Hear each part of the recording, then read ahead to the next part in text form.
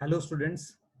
आज का लेक्चर रहने वाला है माइटोसिस और ये सेकंड लेक्चर है इस चैप्टर का जिसमें हम माइटोसिस कंप्लीट करेंगे। हम अपने पुराने लेक्चर की बात करते हैं, हम कहाँ पर थे। हमने बेसिकली सेल साइकिल के बेसिक्स कंप्लीट किए थे और होप सबने ये लेक्चर देख लिया होगा। बेटा मैं थोड़ा सा लेट हुआ हूँ इस लेक्चर को लेके, पर मैं आगे इसको 14th तक एनी हाउ कंप्लीट करूंगा। तो देखते हैं कैसे भी कर सकते हैं इसे। हम लोग क्या कर रहे हैं इसमें ध्यान से पढ़ेंगे। देखिए, जब हम माइटोसिस की बात करते हैं, तो उसको स्टार्ट करने से पहले हम देखेंगे कि हम हैं कहाँ पर। हम बेसिकली हम एम फेज पढ़ने वाले हैं। हम सेल साइकिल का वो एम फेज पढ़ने वाले हैं जिसको हमने क्या बोला था, जिसको हमने बोला था कि जिसमें सेल बेसिकली डिवाइड करता है, जिसमें बेसिकली सेल क्या करता है, डिवाइड करता है। उस फेज को हम पढ़ने वाले हैं, उस एम फेज को हम पढ़ने वाले हैं। ये बहुत इंपॉर्टेंट बात होगी। अब एम फेज को हम दो पार्ट में डिवाइड करते हैं और मैं फिर इस चीज को रिपीट करूंगा। मैंने ये बोला भी था स्टार्टिंग में जब लेक्चर स्टार्ट किए थे, जब मैंने सेल साइकिल स्टार्ट किया था, कि जो चेंजेस मुझे दिखते हैं, वो दो जगह दिखते हैं। एक चेंज मुझे दिखता है साइटोप्लाज्म में, एक चेंज दिखता है मुझे साइटोप्लाज्म में, और दूसरा चेंज मुझे दिखता है न्यूक्लियस में। तो जो एम फेज है उसमें मैक्सिमम चेंजेस हमारे पास न्यूक्लियस में होने वाले हैं। क्लियर? न्यूक्लियस में होने वाले हैं। और एम फेज को मैं दो पार्ट में डिवाइड करूंगा, एक जिसमें न्यूक्लियस डिवाइड करेगा जिसे आप कहेंगे कैरियोकाइनेसिस, और जैसा कि हम कह रहे हैं साइटोप्लाज्म में भी चेंज होता है। देन सेकंड इज साइटोकाइनेसिस जहां साइटोप्लाज्म में डिवीजन होती है। दूसरी चीज बेटा, एम फेज जो है हमारे पास, एम फेज में हमारे पास जो डीएनए है वो ऐसे एंटेंगल्ड है, मतलब हम समझेंगे, सॉरी, डीएनए ऐसे इंटरवाइंड है। इंटरवाइंड का मतलब एनसीईआरटी लिखते इंटरवाइंड है। इंटरवाइंड का मतलब आपस में उलझा हुआ है, आपस में उलझा हुआ डीएनए है। हम क्या करेंगे, इस डीएनए को पहले थोड़ा सा सुलझाएंगे जिसे हम कहेंगे अनटेंगल्ड, और फिर उसकी कंडेंसेशन करेंगे, तो इस डायरेक्शन में प्रोसेस स्टार्ट होगा। क्लियर? तो हम स्टार्ट करते हैं अपने कैरियोकाइनेसिस स्टेप से कि व्हाट इज कैरियोकाइनेसिस, उससे स्टार्ट करते हैं हम लोग। उससे स्टार्ट करते हैं कैरियोकाइनेसिस से कि कैरियोकाइनेसिस क्या होता है। तो कैरियोकाइनेसिस का मतलब है हम बेसिकली किसको डिवाइड कर रहे हैं, हम डिवाइड कर रहे हैं न्यूक्लियस को। तो न्यूक्लियस को डिवाइड करते हैं तो मुझे काफी सारे चेंजेस नजर आते हैं। उन चेंजेस को मैं फेजेस में डिवाइड करता हूं। तो कैरियोकाइनेसिस के मैंने चार इंपॉर्टेंट फेजेस बनाए हैं। सबसे इंपॉर्टेंट फेज है, सबसे पहला फेज है prophase, then is metaphase, then is anaphase, and then we have telophase. अगर मैं टाइम के अकॉर्डिंग जाऊं कि किस फेज में सबसे ज्यादा टाइम लगता है, किस फेज में हमारे पास सबसे ज्यादा टाइम लगता है, तो सबसे ज्यादा टाइम प्रो फेज में लगेगा। फिर उसके बाद मेरे पास टीलो फेज और कुछ बुक में मेटा फेज है, तो ये वाला हमारे पास इंटरचेंजेबल है। और सबसे छोटा फेज तुम्हारे पास एनाफेज होगा बेटा। तो हम याद रखेंगे, शॉर्टेस्ट इज एनाफेज और longest is prophase. Longest is prophase. Prophase सबसे बड़ा फेज है टाइम को लेके, किसमें, कैरियोकाइनेसिस में। आगे चलते हैं। हम प्रोफेज में बात कर ली हमने कि सबसे पहले, सॉरी, प्रोफेज को लेके बात करते हैं कि प्रोफेज में क्या चेंजेस होंगे। तो जब हम प्रोफेज को देखते हैं, जब हम प्रोफेज को देखेंगे तो बेटा हम लोग इनिशियल सिचुएशन देखते हैं। देखिए, इनिशियल सिचुएशन में मेरे पास सेल है, ये सेल है, ये इसका न्यूक्लियस है, ये इसका मेरे पास न्यूक्लियस है, ये न्यूक्लियस है। क्लियर? और इस न्यूक्लियस के अंदर मेरे पास ये क्रोमैटिन है, ये मेरे पास क्रोमैटिन है जो कि थ्रेड है हमारे पास। इसके अलावा इसमें हमारे पास एक डेंसली स्ट्रेन स्ट्रक्चर होता है जिसे हम न्यूक्लियोलस कहते हैं। तो सबसे पहले ये समझ लेते हैं इनिशियल सिचुएशन क्या है। न्यूक्लियोलस, आपने याद ये रखना है कि न्यूक्लियोलस उस सेल का फीचर है जिसमें प्रोटीन सिंथेसिस हो रही होगी, या सेल में उस समय होता है जब प्रोटीन बन रही हो। ठीक है? This is chromatin, this one is chromatin. उसके अलावा हमारे पास साइटोप्लाज्म में इस तरीके से ये दो हमारे पास क्या प्रेजेंट होंगे, सेंट्रोजोम, जो डबल हुए थे एस फेज में, हमने पढ़ा था एस फेज में सेंट्रियोल डबल होता है, ये प्रेजेंट होंगे। क्लियर? ये हमारे पास न्यूक्लियर मेम्ब्रेन है जो डबल होती है, ऐसे न्यूक्लियर मेम्ब्रेन है। न्यूक्लियर मेम्ब्रेन, और ये जो गैप दिख रहा है इनके बीच में ये न्यूक्लियर पोर है। This is nuclear membrane. हमें क्या करना है बेटा, हमें क्या करना है प्रोफेज में, प्रोफेज में हमें क्रोमेटिन को कंडेंस करके क्रोमोसोम बनाना है। दिस क्रोमेटिन को कंडेंस करके क्रोमोसोम बनाना है। तो जब हम प्रोफेज को स्टार्ट करते हैं, प्रोफेज को स्टार्ट करते हैं, अगर मेरे से कोई पूछे कि प्रोफेज का फर्स्ट इवेंट क्या है, प्रोफेज का फर्स्ट इवेंट क्या है, तो फर्स्ट इवेंट बेटा क्या है हमारे पास कि chromatin start to condense, chromatin start to condense, chromatin condense होना स्टार्ट हो जाएगा। ये फर्स्ट इवेंट है प्रोफेज का, फर्स्ट इवेंट है। अब ये कंडेंस कैसे हो रहा है, हमने बोला था कि डीएनए ऐसे इंटरवाइंड है। इंटरवाइंड का मतलब डीएनए ऐसे उलझा हुआ है। नाउ दिस डीएनए फर्स्ट क्या होगा, अनटेंगल्ड होगा। अनटेंगल्ड का मतलब थोड़ा सुलझेगा, and then it condense, now it get condense. तो वो फिर क्या होगा, हमारे पास कंडेंस होगा। बहुत इंपॉर्टेंट बात हो गई है, ठीक है। अब हम आगे की सिचुएशन समझना चाह रहे हैं कि क्या हो रहा है, आगे की सिचुएशन हम समझना चाह रहे हैं क्या हो रहा है। उसके लिए मैं सेल बना रहा हूं, फिर से ये सेल बना रहा हूं, और इस सेल में मेरे पास, ये सेल में मेरे पास ये न्यूक्लियस है, और इसमें हमने क्या बनाया था, सेल में हमने क्या बनाया था, क्रोमेटिन। ये हमने क्रोमेटिन बनाया था ऐसे, और इसके अलावा हमारे पास न्यूक्लियोलस है और ऑर्गेनल्स होंगी। तो सबसे पहले हमने क्या बोला था, सबसे पहले हमने बोला था कि क्रोमेटिन कंडेंस होगा। तो ठीक है, chromatin start to condense, chromatin condense होना स्टार्ट हो गया, ठीक है। जब क्रोमेटिन कंडेंस होना स्टार्ट होगा तो मेरे पास फुली कंडेंस नहीं पर क्रोमोसोम ऐसे विजिबल होने स्टार्ट हो जाएंगे। मेरे पास अगर वो कंडेंस होगा तो क्रोमोसोम विजिबल होने स्टार्ट हो जाएंगे। मतलब हमारे पास प्रोफेज आगे बढ़ते बढ़ते फुली कंडेंस नहीं पर क्रोमोसोम विजिबल हो जाते हैं, क्रोमोसोम विजिबल हो जाते हैं। मतलब मेरा पॉइंट ये है कि भले ही अभी कंडेंसेशन पूरी ना हुई हो पर chromosome with two chromatid prophase में विजिबल हो जाते हैं, टू क्रोमेटेड प्रोफेज में विजिबल हो जाते हैं। अब जरा आगे देखते हैं, आगे क्या इसमें समझ आता है, ये इंपॉर्टेंट बात है। अब देखिए, इसके बाद अगर मैं कहूं क्रोमेटिन कंडेंस होने को मैं कहूंगा अर्ली प्रोफेज, इसको मैं नाम दे सकता हूं अर्ली प्रोफेज, ऑल्दो ये जरूरी नहीं है कि आप एक कोई नाम दें, ठीक है। उसके बाद क्या होता है बेटा हमारे पास, उसके बाद क्या होता है कि जो सेंट्रोजोम हमने यहाँ बनाए थे, हमने यहाँ पर सेंट्रोजोम बनाए थे, they start to move opposite pole, एक यहाँ मूव करेगा एक यहाँ मूव करेगा।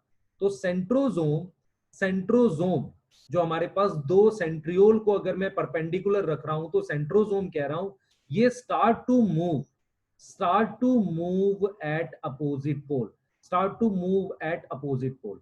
तो सेंट्रोजोम अपोजिट पोल पे मूव करने लगेंगे, centrosome start to move to opposite pole, ये अपोजिट पोल पे मूव करेंगे क्योंकि उन्हें स्पिंडल फाइबर बनाने हैं। इसके बाद का इवेंट क्या होगा, ऑर्गेनल्स टूटेंगी। अब ये ऑर्गेनल्स कौन सी हैं, मेरे पास बेटा ईआर, एंडोप्लाज्मिक रेटिकुलम, क्योंकि अभी हमें क्या बनाने हैं, स्पिंडल फाइबर बनाने हैं। तो एंडोप्लाज्मिक रेटिकुलम टूट जाएगा। अब एक चीज समझो, देखो बेटा आपने पढ़ा हुआ है एंडोप्लाज्मिक रेटिकुलम में हमारे पास इस तरीके से, ध्यान से सुनेंगे, इस तरीके से हमारे पास ये ऐसे हमारे पास सिस्टरने वगैरह होते हैं, और मेरे पास ट्यूब्यूल्स होते हैं, ये जैसे मैंने ट्यूब्यूल्स बना दिए, ट्यूब्यूल है, ठीक है, ये लैमेली हो सकता है, तो और ऐसे वेसिकल होते हैं, ठीक है। तो ईआर टूट कर, ईआर टूट कर हमारे पास किस में आ जाएगा, ईआर टूट कर हमारे पास किस में आ जाएगा, वेसिकल में आ जाएगा। ईआर टूट कर हमारे पास किस में आ जाएगा, वेसिकल में आ जाएगा। क्लियर, ईआर टूट के हमारे पास किस में आ जाएगा, वेसिकल में आ जाएगा। ये चीज समझ आ गई, ईआर टूटेगा और क्या बना देगा, वेसिकल बना देगा। इसका मतलब ईआर एक तरीके से टूट जाएगा, ठीक है, क्लियर। उसके बाद हमारे पास न्यूक्लियोलस, क्योंकि प्रोटीन नहीं बनानी, न्यूक्लियोलस डिसअपियर हो जाएगा। बिकॉज न्यूक्लियोलस क्या होता है, जहां पे क्रोमेटिन होता है, क्रोमेटिन कंडेंस हो रहा है, nucleolus disappear. After nucleolus disappear ये भी चीजें डिसअपियर हो जाएंगी, गोल्जी बॉडी डिसअपियर हो जाएगी। तो आपको ये समझ आना चाहिए ये सारी चीजें टूटकर वेसिकल की फॉर्म में आ जाएंगी, या हम बोल सकते हैं कई बार कि एक तरीके से ईआर में स्टोर होंगी वेसिकल की फॉर्म में। क्लियर, तो ये सारी चीजें टूट रही हैं।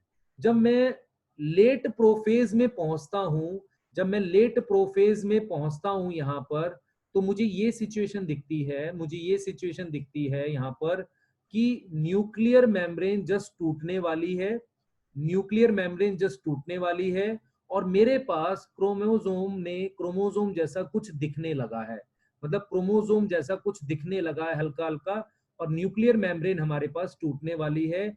और सेंट्रोजोम जो अपोजिट पोल पे गए थे उन्होंने स्पिंडल बनाने शुरू कर दिए, उन्होंने थोड़े थोड़े स्पिंडल बनाने ऐसे शुरू कर दिए।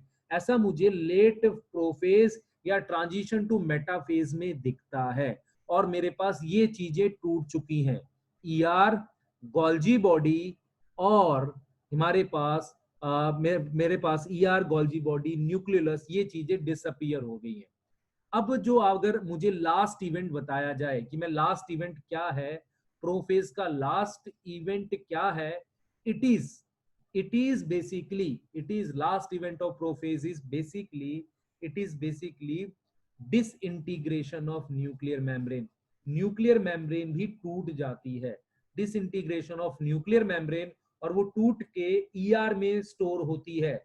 वो कहाँ स्टोर होगी? Store in ER. ईआर में स्टोर होने का मतलब उसके वेसिकल की फॉर्म में आ जाएगी। तो ये बहुत इंपॉर्टेंट बात हो गई। तो लास्ट इवेंट क्या है प्रोफेज का? Disintegration of nuclear membrane. अगर आपसे कोई पूछे कि प्रोफेज में क्रोमोसोम कहाँ थे, वो न्यूक्लियस में थे। और प्रोफेज के बाद कहाँ थे? प्रोफेज के बाद कहाँ थे?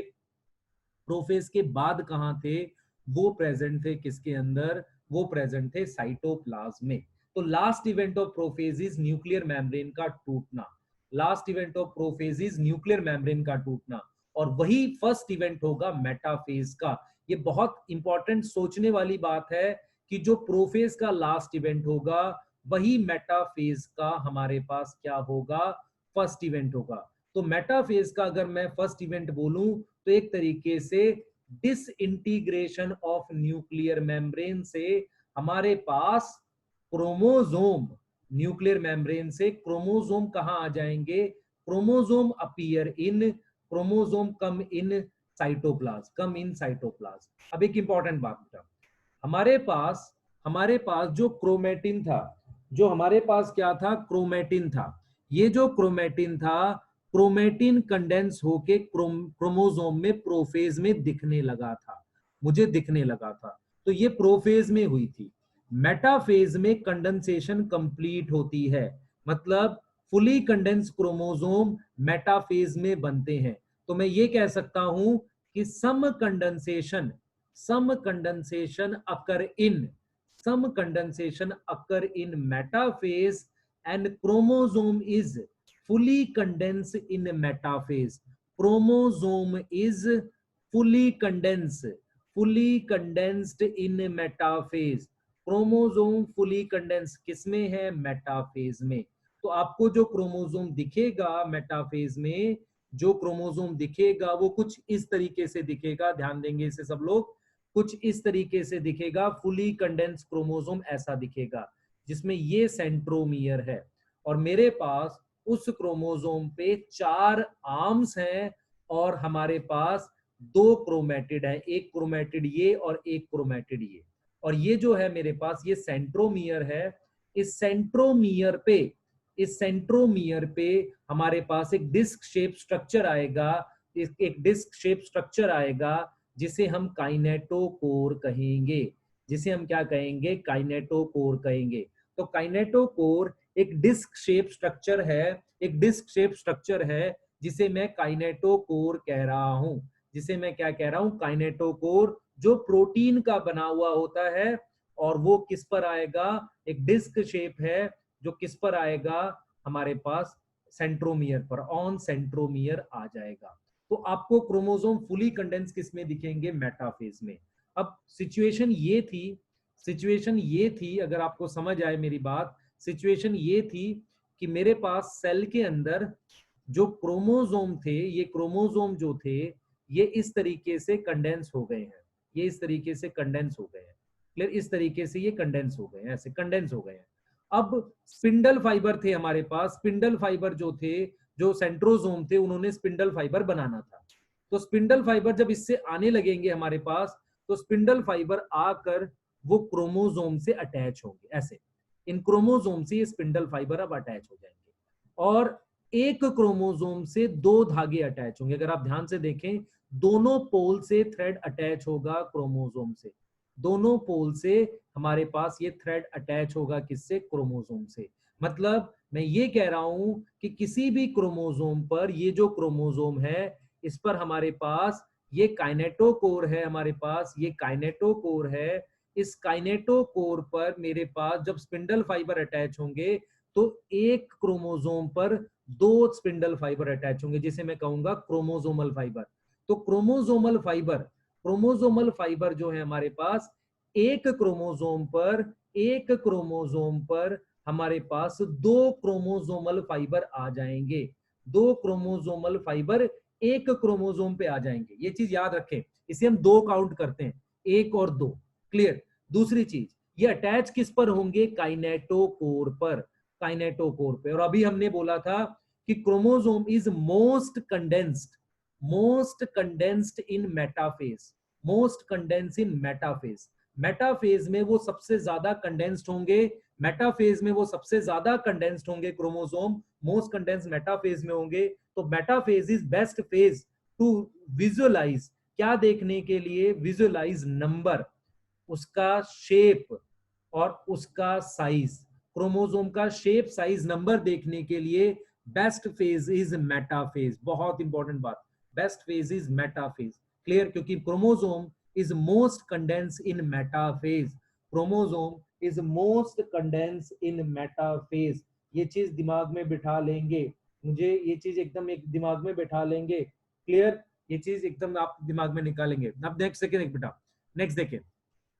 अब क्या होगा हमारे पास, मेटाफेज में मैं क्रोमोसोम को न्यूक्लियस के या स्पिंडल फाइबर के सेंटर में लेकर आऊंगा। मतलब मेरे पास हर एक क्रोमोसोम जो है, हर एक क्रोमोसोम जो है वो सेंटर ऑफ स्पिंडल फाइबर आएगा। मतलब हमारे पास जो स्पिंडल फाइबर था उसके सेंटर में, उसके सेंटर में ये क्रोमोसोम आ जाएंगे। इस चीज को ध्यान से समझिए आप। हमारे पास ऐसा ये जो हमने बनाए हैं ये स्पिंडल फाइबर हैं और ये क्रोमोसोम पे अटैच हैं ऐसे, और ये क्रोमोसोम मेरे पास ये एक सेंटर पे आ जाएंगे या इक्वेटर ऑफ सेल पे आएंगे। ये जो इक्वेटर ऑफ सेल है जिस पर ये क्रोमोसोम आ गए हैं, और इनकी जो आर्म्स है, इनकी जो आर्म्स है एक पर्टिकुलर डायरेक्शन में अलाइन कर रही है। इन इस लाइन को जो इनकी इनकी आर्म्स की अलाइनमेंट से बनेंगे, मैं रिपीट कर रहा हूं, जब क्रोमोसोम सेंटर पे आ जाएंगे तो उनकी आर्म्स की अलाइनमेंट से हमारे पास एक एक लाइन बनेगी, प्रॉपर लाइन जैसा कुछ बनेगा, उसे हम कहते हैं मेटाफेजिक प्लेट। तो मेटाफेजिक प्लेट एक्चुअल में होता क्या है, आर्म्स जो है वो अलाइन करती है, अलाइन करती है हमारे पास। अलाइन का मतलब वो खुद को ऐसे लगाती हैं इस तरीके से कि उन वो आर्म्स जो हैं एक दूसरे के साथ ऐसे लगी होती हैं जो स्पिंडल फाइबर से 90 डिग्री के एंगल पर होती हैं, और उस लाइन को हम बोलते हैं मेटाफेजिक प्लेट।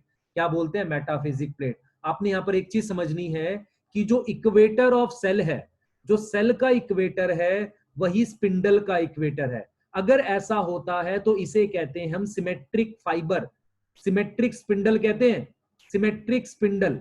लेकिन अगर अगर मेरे पास ऐसा हो जाए जैसा कि 12th की एनसीईआरटी में बना हुआ है, अगर ऐसा हो जाए किसी रीजन से हमारे पास स्पिंडल फाइबर साइड में आ जाए और क्रोमोसोम उसके सेंटर में हो, मतलब क्रोमोसोम यहां है देखो, किसी रीजन से स्पिंडल फाइबर साइड में बने, वो रीजन था वैक्यूल आने की वजह से, तो ऐसे स्पिंडल फाइबर जिनका मेटाफेजिक प्लेट सेल के इक्वेटर पर ना हो, मेटाफेजिक प्लेट सेल का इक्वेटर ये रहा यहां ना हो, उसे हम कहते हैं एसिमेट्रिक स्पिंडल। और एसिमेट्रिक स्पिंडल से अनइक्वल साइज के सेल बनते हैं। कैसे साइज के सेल बनते हैं, अनइक्वल साइज के मेरे पास सेल बनेंगे। बहुत इंपॉर्टेंट बात, एकदम नया कॉन्सेप्ट सीखा आपने। अनइक्वल साइज के क्या बन जाएंगे, सेल बन जाएंगे।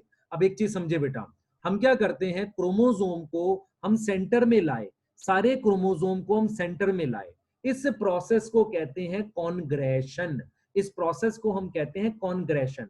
कॉन्ग्रेशन क्या होता है कि chromosome is bring in centre of spindle, जिसे हम कहते हैं कॉन्ग्रेशन। तो मेटाफेज में क्रोमोसोम साइटोप्लाज्म में है और फुली कंडेंस है। अब टाइम आ गया इनको अलग करने का, टाइम आ गया इनको अलग करने का। पर आपको एक बात समझ आनी चाहिए, हमने जब सेल साइकिल पढ़ाई थी तो हमने कहा था एक्चुअल क्रोमोसोम ये होते हैं जो जीवन में होते हैं, और इनको मैंने इस तरीके से डबल किया था जिसे मैं सिस्टर क्रोमेटिड कह रहा हूं। इन दोनों को मैं क्या कह रहा हूं, सिस्टर क्रोमेटिड कह रहा हूं, जो कि मैंने कहा था G2 में है, जो कि मैंने क्या कहा था G2 में। ये दोनों एक दूसरे की कॉपी है, ये जो है ये और ये एक दूसरे की कॉपी है एग्जैक्ट। अब एनाफेज में इन्हें अलग करना है, तो एनाफेज के बारे में जानेंगे, क्या सिचुएशन है एनाफेज में, क्या सिचुएशन है हमारे पास एनाफेज में। एनाफेज में क्या सिचुएशन है, बहुत इंपॉर्टेंट, ध्यान से देखें, इसमें बहुत ज्यादा इंपॉर्टेंट है हमारे पास एनाफेज में क्या सिचुएशन। देखिए सेल ये रहा हमारे पास, ये उसके स्पिंडल फाइबर के लिए सेंट्रोसोम, क्लियर हमारे पास, और क्रोमोसोम सेंटर में है, क्रोमोसोम ये सेंटर में है, ऐसे सेंटर पे लगे हुए हैं किसके, स्पिंडल फाइबर के, क्रोमोसोम स्पिंडल फाइबर के सेंटर में लगे हुए हैं ऐसे, क्लियर, इस तरीके से क्रोमोसोम स्पिंडल फाइबर के सेंटर में लगे हुए हैं।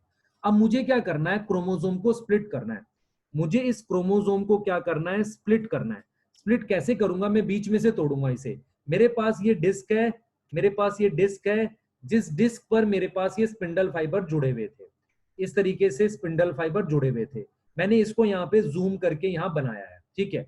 अब देखिए ये दोनों सिस्टर क्रोमेटिड हैं, ये दोनों क्या हैं, सिस्टर क्रोमेटिड हैं। यहां से ये अलग हो जाएगा, सेंट्रोमियर से यहां से ये सेपरेट हो जाएगा, और क्रोमोसोम अलग होने के बाद, क्रोमोसोम अलग होने के बाद हमारे पास इस तरीके से मूव करेंगे, इस तरीके से क्या करेंगे, मूव करेंगे। ये जो हमारे पास क्या है, सिस्टर क्रोमेटिड जो थे दोनों अलग हो गए। तो मैंने क्या किया, जैसे मैंने इसको ये अलग किया, अलग करने का मतलब मैंने इसको ऐसे सेपरेट कर लिया, सेपरेट करने के बाद मैं इसको यहां से पुल कर रहा हूं सेंट्रोमियर से, तो मुझे ऐसी शेप दिखेगी। तो आपको क्या दिखेगा, आप ध्यान से समझे, ये पहले एक क्रोमोसोम था, इस क्रोमोसोम में दो क्रोमेटिड थे। अब क्या हुआ, जब ये अलग हो गए, जब ये अलग हो गए तो इनको भी हम क्रोमोसोम कहेंगे, पर क्रोमोसोम ऑफ फ्यूचर सेल। पहले ये दोनों क्रोमेटिड थे जब जुड़े हुए थे, ये और ये क्रोमेटिड थे जब जुड़े हुए थे, पर अलग होने के बाद इन्हें हम क्या बोलेंगे, इन्हें हम बोलेंगे chromosome of future cell. Future cell का क्रोमोसोम बन गया। अगर आपको मेरी बात समझ आए तो मैं ये कह रहा हूं कि सेल के अंदर आपको कुछ ऐसा दिखेगा जिसमें क्रोमोसोम एक दूसरे से दूर जा रहे होंगे। पहले मैं इन्हें क्रोमेटिड कह रहा था, अब मैं क्रोमोसोम कह रहा हूं। रीजन ये है कि इनको डबल किया गया था किसमें, एस फेज में। तो ये अब क्रोमोसोम है फ्यूचर सेल के, ये क्रोमोसोम है, ये क्रोमोसोम है फ्यूचर सेल के। तो आपको एनसीईआरटी ने लिखा है कि ये जो सेंट्रोमियर है, देखिए ये चीज समझिए, एनसीईआरटी ने बोला है कि सेंट्रोमियर, सेंट्रोमियर मूव टुवर्ड्स पोल, सेंट्रोमियर मूव कर रहा है किसकी तरफ, पोल की तरफ, और आर्म्स ट्रेलिंग बिहाइंड, आर्म्स पीछे रह जा रही हैं, आर्म्स ट्रेलिंग बिहाइंड, पीछे रह जा रही हैं। इस वजह से जब मैं किसी चीज को ऐसे पुल करता हूं वो ऐसे बेंड करती है, क्लियर। एक और इंपॉर्टेंट चीज, पहले जब ये जुड़े हुए थे, जब ये जुड़े हुए थे ऐसे, तब ये एक क्रोमोसोम था। अलग होने के बाद सिस्टर क्रोमेटिड भी क्रोमोसोम है, but they are chromosome of future cell, clear. ये बहुत इंपॉर्टेंट बात है। अगर आपको कभी क्वेश्चन आता है कि क्रोमोसोम कब डबल हो सकते हैं, एनाफेज मार्क किया जा सकता है, क्योंकि अभी अगर मैं देखूं, अगर मैं अभी देखूं क्रोमोसोम के नंबर डबल हैं, यहाँ जो नंबर हैं ये दोनों आपस में डबल हैं, तो क्रोमोसोम के नंबर डबल हो सकते हैं किसमें, किसमें, एनाफेज में। दूसरी चीज, क्रोमोसोम की अगर हमें शेप देखनी हो, अलग अलग मॉर्फोलॉजी देखनी हो, तो मुझे किसमें दिखेगी, एनाफेज में। देखिए एक क्रोमोसोम होता है ये वाला, एक क्रोमोसोम मेरे पास होता है मेटासेंट्रिक, जिसमें सेंट्रोमियर यहां सेंटर में होता है। दूसरा होता है हमारे पास दूसरा होगा बेटा हमारे पास सब मेटा। तीसरा होगा जहां पे और दूर होगा, देखिए मेटासेंट्रिक मतलब सेंटर में क्रोमोसोम है, जिसमें आर्म रेशियो, जिसे हम शॉर्ट आर्म अपोन में लॉन्ग आर्म, पी अपोन क्यों कहते हैं, 1 आती है। पी कहते हैं शॉर्ट आर्म को और क्यू कहते हैं लॉन्ग आर्म को। अब यहां पर हमारे पास क्या है, सब मेटासेंट्रिक, सब मेटासेंट्रिक, क्लियर। और ये वाला जो है मेरे पास एक्रोसेंट्रिक है, और ये वाला जो है हमारे पास टीलोसेंट्रिक है, ये वाला जो है हमारे पास टीलोसेंट्रिक है। अब एक चीज समझेंगे यहां पर, एक चीज यहां पर समझेंगे कि मेटासेंट्रिक जो है, मेटासेंट्रिक को जब हम अलग करेंगे, मेटासेंट्रिक को जब हम अलग करेंगे, मेटासेंट्रिक को जब हम अलग करके पुल करेंगे तो मेरे पास इन्वर्टेड वी शेप आएगी। कैसी आएगी? इन्वर्टेड वी शेप आएगी। जब मैं इसको ऐसे पुल करूंगा स्पिंडल फाइबर से, जब मैं इसको स्पिंडल फाइबर से ऐसे पुल करूंगा तो ये आर्म्स दोनों बराबर हैं, तो इन्वर्टेड वी शेप। ये वाला जो रहेगा, ये वाला जो क्रोमोसोम देगा वो देगा इन्वर्टेड एल, इन्वर्टेड एल कहेंगे, inverted L shape, inverted L shape देगा। और ये जो देगा हमारे पास, ये देगा इन्वर्टेड जे, ये वाला देगा इन्वर्टेड जे शेप, इन्वर्टेड जे शेप देगा। और ये देगा इन्वर्टेड आई। तो अलग अलग शेप जिसे मॉर्फोलॉजी कहेंगे, मॉर्फोलॉजी कहेंगे, वो मुझे किसमें दिखेगी? एनाफेज में। और ये तभी है जब सिस्टर क्रोमेटिड अलग हो रहे हैं, मतलब ये क्रोमेटिड इसके साथ अलग हो रहा है, स्पिंडल फाइबर से सेपरेट हो रहा है। क्लियर? अब हम जो बात करेंगे नेक्स्ट हम बात करेंगे अब टीलोफेज की। देखिए टीलोफेज में क्या हो रहा है, बहुत इंपॉर्टेंट है टीलोफेज। टीलोफेज में हमारे पास अब ये जो दो हमने अलग किए हैं सिस्टर क्रोमेटिड्स, ये अपोजिट पोल पे पहुंच चुके होते हैं, ये अपोजिट पोल पे ऐसे पहुंच चुके होते हैं इस तरीके से। अब स्पिंडल फाइबर थे हमारे पास, स्पिंडल फाइबर थे, ध्यान से समझे बेटा, स्पिंडल फाइबर थे। देखिए स्पिंडल फाइबर जो हम ये बनाते हैं, ये इनको इनको हमने नाम दिया था क्रोमोसोमल फाइबर। एक क्रोमोसोम पे दो बनाए थे हमने, काउंट किया था, एक क्रोमोसोम पे हमने दो बनाए थे। और जो क्रोमोसोम के बीच में आता है उसको कहते हैं इंटरजोनल फाइबर। तो इंटरजोनल फाइबर की लेंथ मैक्सिमम कब होती है? टीलोफेज में। वो मैक्सिमम आपके दूर जा चुके होते हैं। क्लियर? अब ये यहां चले गए। अब ये क्रोमोसोम क्या होंगे बेटा? क्रोमोसोम वापसी डीकंडेंस होंगे। मतलब डीकंडेंस का मतलब क्या है? वो वापसी खुलेंगे और वापसी वो क्या बना देंगे? दोनों पोल पे क्रोमेटिन बना देंगे, ऐसे दोनों पोल पे क्रोमेटिन बना देंगे। और मेरे पास न्यूक्लियर मेम्ब्रेन फिर से रीअपीयर होगी, न्यूक्लियर मेम्ब्रेन फिर से क्या होगी? रीअपीयर होगी। और न्यूक्लियर मेम्ब्रेन रीअपीयर होगी, पर ऐसा नहीं बोलेंगे लास्ट में। तो मेरे पास क्रोमोसोम ने क्या बना दिया? क्रोमोसोम ने बना दिया क्रोमेटिन, क्रोमोसोम ने फिर से बना दिया क्रोमेटिन।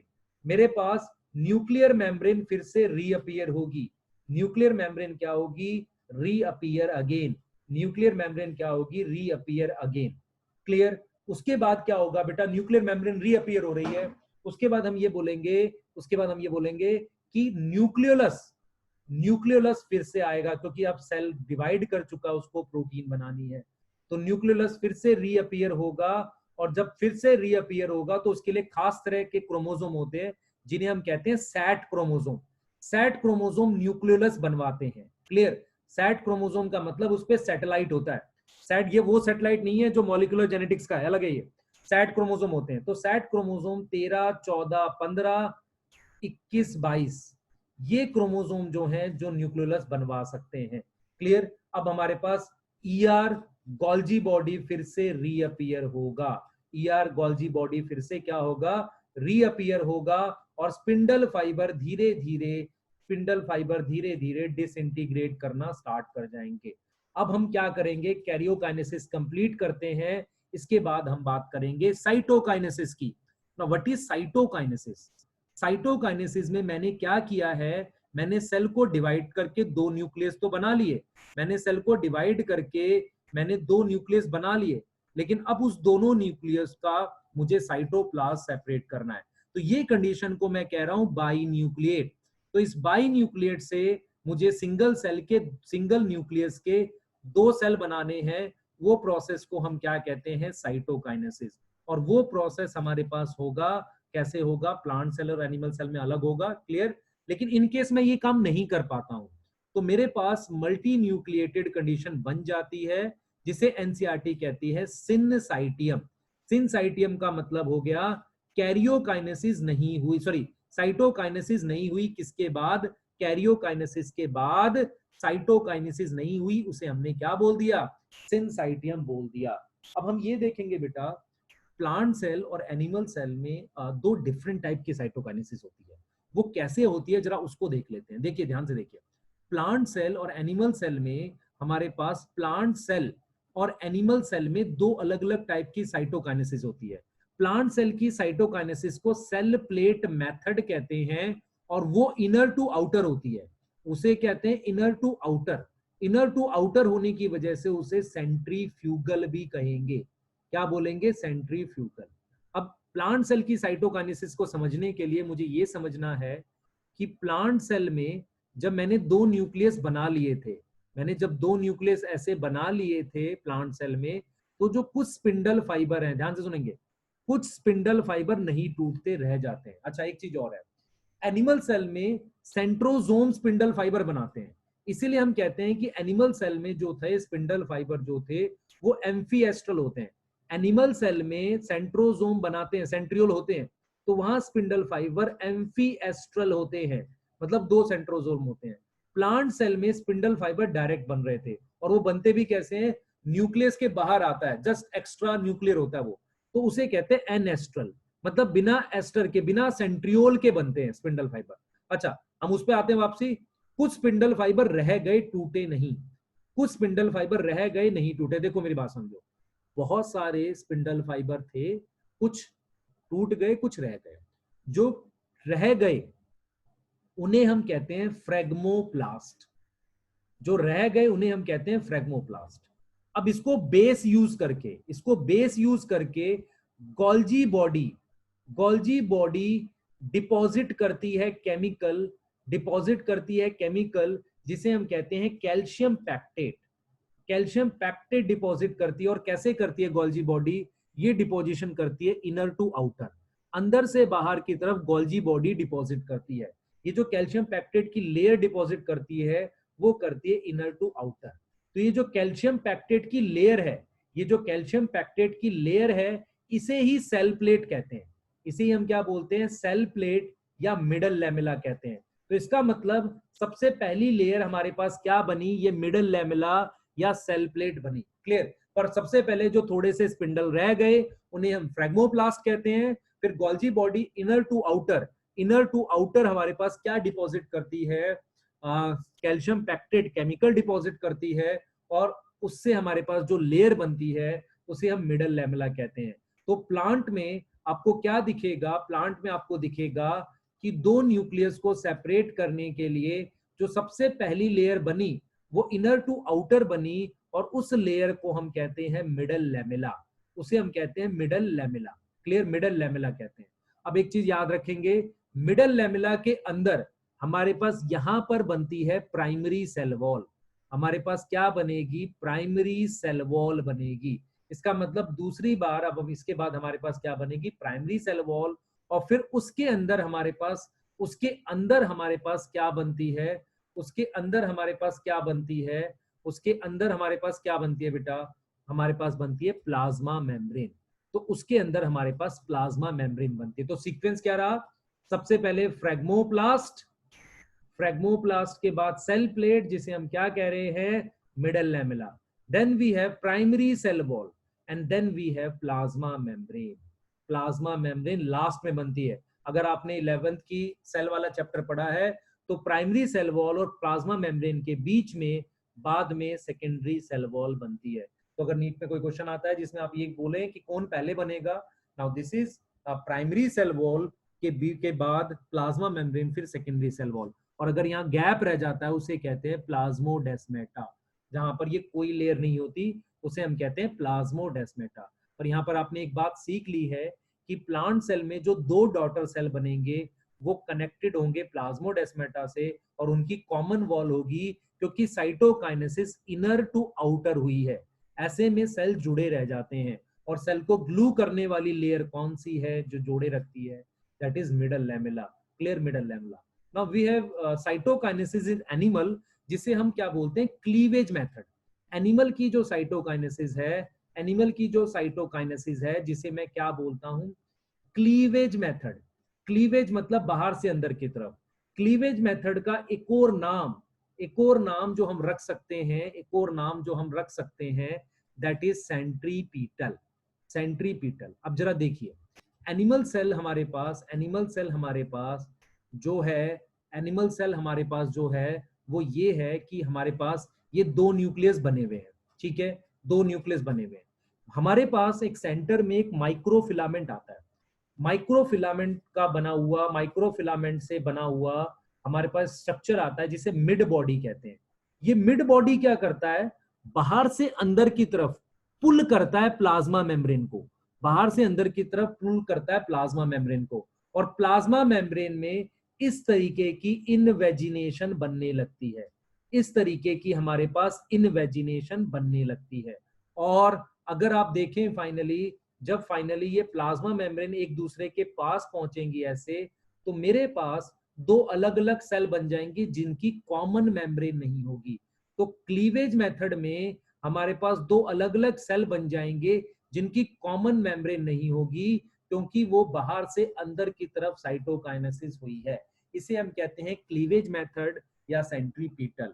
अब आपके दिमाग में एक बात जरूर आएगी या आनी भी चाहिए कि प्लांट में अगर वो जुड़े रह गए सेल तो अलग कैसे होंगे, क्योंकि अगर आपको गैमेट्स बनाने हैं प्लांट में, गैमेट्स बनाने हैं, तो सेल तो एक दूसरे से अलग होने चाहिए। अगर माइटोसिस करनी पड़ रही है मुझे, तो गैमेट्स अगर बनाने पड़ रहे हैं, या अगर मान लो आपको इसको डिवाइड करना है, क्लमाइडोमोनास को डिवाइड करना है, क्लमाइडोमोनास सिंगल सेल का ऑर्गेनिज्म है, इसको डिवाइड करके अगर आपको दो सेल बनाने हैं, तो उस केस में सेल जुड़े तो नहीं रह सकते। तो इसका मतलब cleavage method occur in animal cell as well as lower plant cell. Clear? तो हम कंप्लीट कर रहे हैं माइटोसिस को, आपने एनसीईआरटी से पढ़ना है इसको, और मैंने मोस्ट ऑफ द चीजें कंप्लीट की हैं। मैं एक एक्स्ट्रा लेक्चर डालूंगा जिसमें मैं एपीसी बताऊंगा, एनाफेज प्रोमोटिंग कॉम्प्लेक्स कोहेसिन कैसे काम करते हैं, और कैसे टीलोमरेज काम करता है, टीलोमरेज कैसे मेरे पास कैंसर को लेके काम करता है, मैं एक एक्स्ट्रा वीडियो में बताऊंगा आपको। और मैं थोड़ी सी फ्रीक्वेंसी इंक्रीज करूंगा, मैंने प्रॉमिस किया है मैं इसको 14 तक कंप्लीट करूंगा सेशंस को। क्लियर? तो आप इसको देखिए, आप समझिए, एनसीईआरटी पढ़िए। क्लियर? क्लियर? और वो जो ग्रुप मैंने आपको बताया उसको ज्वाइन करने के लिए मैंने वीडियो के उसमें लिंक भी दिया है, तो आप उसको भी ज्वाइन कर सकते हैं। क्लियर? तो हम लोग नेक्स्ट वीडियो पढ़ेंगे मियोसिस की, उसको स्टार्ट करते हैं थोड़ी देर बाद। मियोसिस को हम लोग, मियोसिस में क्या डिटेल्स है उसको पढ़ेंगे, और टाइप ऑफ मियोसिस भी बताऊंगा। तो एक सेपरेट वीडियो में मैं एपीसी, कोहेसिन, टीलोमरेज और टाइप ऑफ मियोसिस डिस्कस करूंगा after completion of cell cycle. Clear? तो एंड करते हैं सेशन को, थोड़ा सा इसको ध्यान से देखें, जहां भी डाउट हो एनसीईआरटी पढ़ें। क्लियर? आपके लिए आसान होगा सारा चीज करना। Thank you so much.